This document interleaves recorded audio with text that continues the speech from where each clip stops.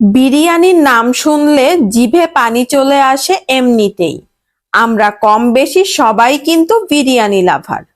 খাবার টেবিলে ঠিকঠাক মতো পারফেক্ট এক প্লেট বিরিয়ানি হলে আর কি চাই। আমরা অনেকেই কিন্তু অনেকভাবে বিরিয়ানি রান্না করে থাকি, কিন্তু আজকে আমি একদম পারফেক্ট রেসিপিতে খুবই সহজভাবে বিরিয়ানির প্যাকেট মশলা দিয়ে বিরিয়ানি রান্না করব, কিন্তু একটু ডিফারেন্ট ভাবে। আশা করি রেসিপিটা আপনাদের কাছে ভালো লাগবে। বিরিয়ানি রান্না করার জন্য প্রথমে আমি মাংসটাকে আলাদাভাবে রান্না করে নিব। তার জন্য এখানে আমি 1 কেজি পরিমাণ গরুর মাংস নিয়েছি। মাংসটাকে ভালোভাবে ধুয়ে পানি ঝরিয়ে নিয়েছি। মাংসের মধ্যে আমি 2 টেবিল চামচ পরিমাণ আদা বাটা দিয়ে দিলাম এবং 1.5 টেবিল চামচ পরিমাণ রসুন বাটা দিয়ে দিলাম। পরিমাণ মতো লবণ দিয়ে দিলাম। এখানে আমি 1 চা চামচ পরিমাণ জিরা গুঁড়ো দিয়ে দিলাম। আপনারা চাইলে এখানে জিরা বাটাও ব্যবহার করতে পারেন। প্রায় 1 টেবিল চামচ পরিমাণ লাল মরিচের গুঁড়া দিয়ে দিলাম। আর আজকে আমি ব্যবহার করব রাঁধুনি রেডিমিক্স বিরিয়ানির মশলা। আমি রাঁধুনি বিরিয়ানির মশলার প্যাকেট কেটে সেখান থেকে 3 টেবিল চামচ পরিমাণ রেডিমিক্স মশলাটা দিয়ে দিলাম। এখানে আমি ঝালের জন্য প্রায় 6-7টা কাঁচামরিচ ছোট ছোট কুচি করে কেটে দিয়ে দিলাম। এবার আমি হাফ কাপ পরিমাণ টক দই দিয়ে দিলাম এবং হাফ কাপ পরিমাণ পেঁয়াজ কুচি দিয়ে দিলাম। প্রায় হাফ কাপ পরিমাণ সয়াবিন তেল দিয়ে এবার আমি মশলার সাথে ভালো করে মাংসটাকে মাখিয়ে নিব। আজকে আমার হাতে সময় নাই, তাই আমি মাত্র 30 মিনিটের মতো মাংসটাকে ম্যারিনেট করে রাখবো।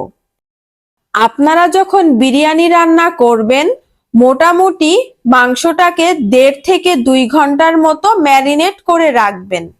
তাহলে দেখবেন বিরিয়ানির মাংসটার টেস্ট কিন্তু অনেক ভালো আসবে। 30 মিনিট পরে আমি মাংসটাকে চুলায় বসিয়ে দিলাম। একটা ঢাকনা দিয়ে ঢেকে দিব মাংসগুলোকে কষানোর জন্য। এখানে কিন্তু আমি কোনো ধরনের পানি ব্যবহার করিনি। আমি ম্যারিনেট করে রাখার পরে মাংস দিয়ে যে পানি বের হয়েছে এবং টক দইয়ের পানি, তাতেই কিন্তু মাংসটাকে আমি মোটামুটি ভালোভাবে কষিয়ে নিব। দেখতেই পাচ্ছেন মাংসটা কিন্তু কষতে কষতে উপরে তেল উঠে এসেছে। এখন পর্যন্ত কিন্তু আমি মাংসে কোনো ধরনের পানি ব্যবহার করিনি। এখানে আমি ঝালের জন্য আরো 1 চামচ পরিমাণ গোলমরিচের গুঁড়া দিয়ে দিলাম। এখানে আমি আরো 2 টেবিল চামচ পরিমাণ কিশমিশ দিয়ে দিলাম। এতে মাংসের টেস্টটা কিন্তু অনেক ভালো আসবে। আবারও সবকিছুকে ভালোভাবে নেড়েচেড়ে মিশিয়ে নিব। চুলার জালটা কিন্তু মিডিয়াম টু লো হিটে রেখেই মাংসটাকে রান্না করছি। এই পর্যায়ে আমি হাফ কাপ পরিমাণ বাদাম গুঁড়া দিয়ে দিলাম। এখানে আমি কাজু এবং কাঠবাদাম গুঁড়া ব্যবহার করেছি। আপনারা চাইলে বাদাম বাটাও দিতে পারেন কিংবা যে কোনো একটা বাদাম ব্যবহার করতে পারেন। আমার কাছে দুইটাই গুঁড়ো করা ছিল, তাই আমি এখানে মিক্সড করে দুইটাই দিয়েছি। আমি মাংসটাকে আবারও ভালোভাবে নেড়েচেড়ে কষিয়ে নিচ্ছি। এই পর্যায়ে আমি গরম পানি দিয়ে দিচ্ছি মাংসটাকে সিদ্ধ হওয়ার জন্য। এইভাবে আমি 2-1 বার গরম পানি দিয়ে মাংসটাকে ভালোভাবে সিদ্ধ করে নিব। এইদিকে মাংসটা সিদ্ধ হতে থাক, ওই সাইডে আমি বেরেস্তাটা করে নিব। এখানে আমি বেরেস্তা করার জন্য চুলায় একটা কড়াই বসিয়ে তাতে বেশ পরিমাণে তেল দিয়ে দিলাম। তার মধ্যে 1 কাপ পরিমাণ পেঁয়াজ কুচি দিয়ে দিলাম। এখন আমি ভালোভাবে পেঁয়াজটাকে নেড়েচেড়ে ভেজে বেরেস্তা করে নিব। দেখতেই পাচ্ছেন আমার বেরেস্তা কিন্তু হয়ে গেছে। এখন আমি আস্তে আস্তে বেরেস্তাটাকে একটা প্লেটে তুলে নিচ্ছি। আর কড়াইতে যে তেলটা আছে ওই তেলের মধ্যেই কিন্তু আমি পোলাওটা রান্না করব। এই পর্যায়ে আমি বেরেস্তার মধ্যে কিছুটা চিনি দিয়ে এক সাইডে রেখে দিলাম। আর এইদিকে কিন্তু আমার মাংসটা রান্না প্রায় কমপ্লিট হয়ে এসেছে। এখন আমি এটাকে চুলার পাওয়ার একদম লো করে রেখে চুলার উপরে রেখে দিব। এখন আমি পোলাওটা রান্না করার জন্য পেঁয়াজ বেরেস্তা করার পরে কড়াইতে যে তেল ছিল তার মধ্যে আমি 1.5 টেবিল চামচ পরিমাণ ঘি দিয়ে দিলাম। 1/4 কাপ পরিমাণ পেঁয়াজ কুচি দিয়ে দিলাম। পেঁয়াজটাকে একটু ভালোভাবে নেড়ে চেড়ে তার মধ্যে আমি 1/2 চামচ পরিমাণ আদা বাটা এবং 1/2 চামচ পরিমাণ রসুন বাটা দিয়ে দিলাম। এবার আমি সবকিছুকে একটু ভালোভাবে নেড়ে চেড়ে কষিয়ে নিব। এই পর্যায়ে আমি 2-3 টুকরা দারুচিনি এবং 4-5টা এলাচ ফল দিয়ে দিলাম এবং 2টা তেজপাতা দিয়ে দিলাম। এবার সবকিছুকে আরো কিছুটা সময় ভালোভাবে নেড়ে চেড়ে নিব।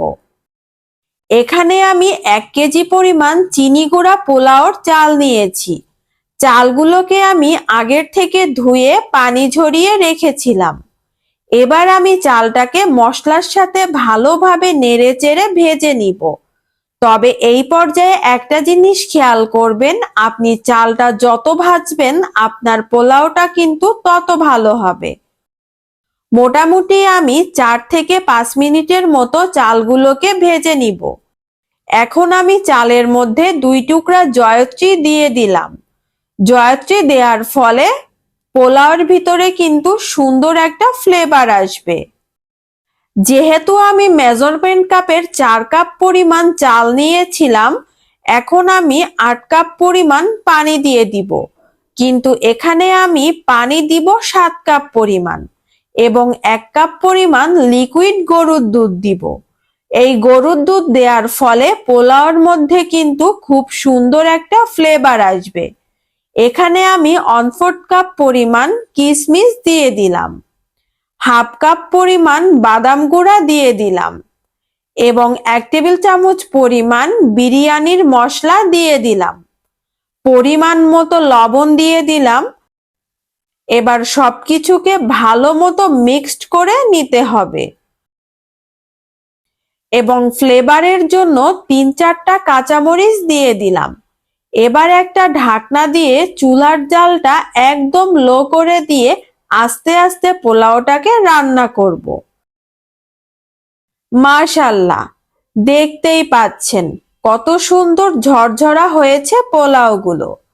আপনারা যারা নতুন রাঁধুনি আছেন অবশ্যই যখন পোলাও রান্না করবেন যে কাপে মেপে চাল নিবেন সেম কাপ মেপেই কিন্তু ডাবল পানি ব্যবহার করবেন। যদি আপনি 1 কাপ চালের পোলাও রান্না করেন তাহলে সেখানে 2 কাপ পানি ব্যবহার করবেন বা 1 কাপ পানি আর 1 কাপ দুধ ব্যবহার করতে পারেন। তাহলে কিন্তু পোলাওর স্বাদটাও অনেক ভালো আসবে এবং পারফেক্ট একটা পোলাও রান্না হবে। মোটামুটি আমার মাংস এবং পোলাও রান্না করা কমপ্লিট। এবার আমি এই দুটাকে দমে বসাবো। তার জন্য আমি একটা কড়াইতে আগে কিছুটা ঘি ছড়িয়ে দিলাম। একটা স্প্যাচুলার সাহায্যে ঘিটাকে একটু চারিপাশে ছড়িয়ে দিলাম। বিরিয়ানি দমে বসানোর আগে অবশ্যই ঘিটা ব্যবহার করবেন। এইবার আমি একে একে পোলাও ভাতগুলোকে কড়াইয়ের নিচে একটু মোটা লেয়ার দিয়ে চারিপাশে ছড়িয়ে দিব। তার উপরে আমি মাংসের লেয়ারটা দিব। ঝোল এবং মাংস সহ লেয়ারটা দেওয়ার পরে এখানে আমি কিছু পেঁয়াজ বেরেস্তা দিয়ে দিলাম এবং 1 টেবিল চামচ পরিমাণ গুঁড়ো দুধ দিয়ে দিলাম।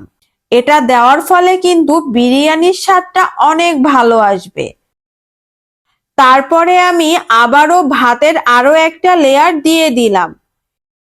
এরপরে ভাতের লেয়ার দেওয়া হয়ে গেলে এখানে আমি 4-5টা আলু বোখরা দিয়ে দিলাম। তারপরে আমি আবারও একটা মাংসের লেয়ার দিয়ে দিলাম। সেম ভাবে আমি বেরেস্তা এবং গুঁড়ো দুধ দিয়ে দিলাম। এই পেঁয়াজ বেরেস্তার সাথে গুঁড়ো দুধটা আমি যখনই বিরিয়ানি রান্না করি এটা দেওয়ার চেষ্টা করি। আর এই পর্যায়ে আমি প্রায় 1 টেবিল চামচ পরিমাণ বাদামের গুঁড়া দিয়ে দিলাম। এখানে আমি সামান্য পরিমাণ চিনি উপর থেকে ছড়িয়ে দিলাম। আবারও আমি ভাতের একটা মোটা লেয়ার উপর থেকে দিয়ে দিলাম। ভাতের লেয়ার দেওয়া হয়ে গেলে এখানে আমি 1 টেবিল চামচ পরিমাণ গুঁড়ো দুধ দিয়ে দিলাম। এখানে আমি প্রায় 1 টেবিল চামচ পরিমাণ বাদাম গুঁড়ো দিয়ে দিলাম এবং সামান্য পরিমাণ চিনি উপর থেকে দিয়ে দিলাম। আর এই পর্যায়ে আমি বিরিয়ানির মশলা থেকে জাস্ট 1/2 চা চামচ পরিমাণ বিরিয়ানির মশলা উপর থেকে ছিটিয়ে দিলাম। এখানে আমি কিছু পেঁয়াজ বেরেস্তা দিয়ে দিলাম। আর এখন আমি পুরা খাঁটি গাওয়া ঘি উপর থেকে প্রায় 3 টেবিল চামচ পরিমাণের মতো দিয়ে দিলাম। সর্বশেষে আমি একটু গোলাপ জল উপর থেকে দিয়ে দিলাম। আপনারা এই পর্যায়ে কেওড়া জল কিংবা গোলাপ জল যাই থাকুক না কেন উপর থেকে ছড়িয়ে দিবেন। এবার ঢাকনা দিয়ে মোটামুটি 20 মিনিটের মতো ঢেকে দমে বসিয়ে রাখবো।